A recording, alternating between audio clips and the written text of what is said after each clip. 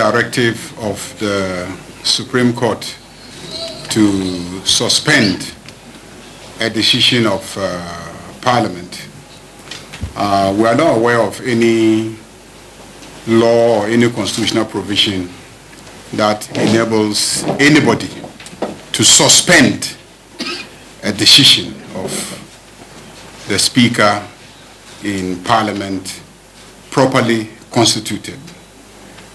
What we know is that under Article 2 of the Constitution and Article 130 of the Constitution, the Supreme Court has jurisdiction to make a declaration as to whether or not an act is consistent or inconsistent with a provision of the Constitution.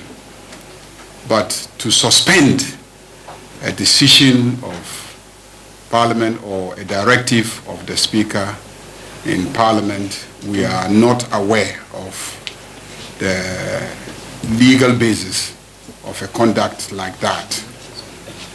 Be that as it may, we as parliamentarians act on the basis of communication coming to us from the Speaker. We don't hear things in the news and act on them, or cite copies of records of proceedings in any court on social media and act on them. We act on the basis of communication coming to us from the Right Honorable Speaker. And if that communication says we should walk into the sea, we walk into the sea, because we listen only to the Speaker and nobody else in relation to the integrity, the legality, and the appropriateness of what has happened in the chamber of Parliament. So that is my brief response to you in terms of your question. And the second question, which relates to the precedent that has been set by Mike Okwe, and why we in the majority today will be seeking to benefit from that precedent. I will say that when Mike Okwe gave his ruling in 2020, there were many who disagreed with him, and there were many who benefited from that ruling.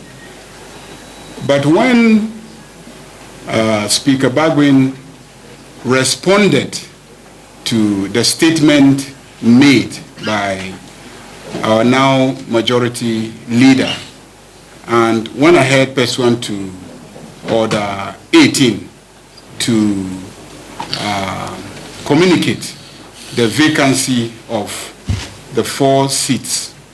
In responding, he made some comments also, and his commentary was so persuasive that even those of us who questioned the propriety of Mike Okwe's action in 2020 became convinced that indeed Mike Okwe was right.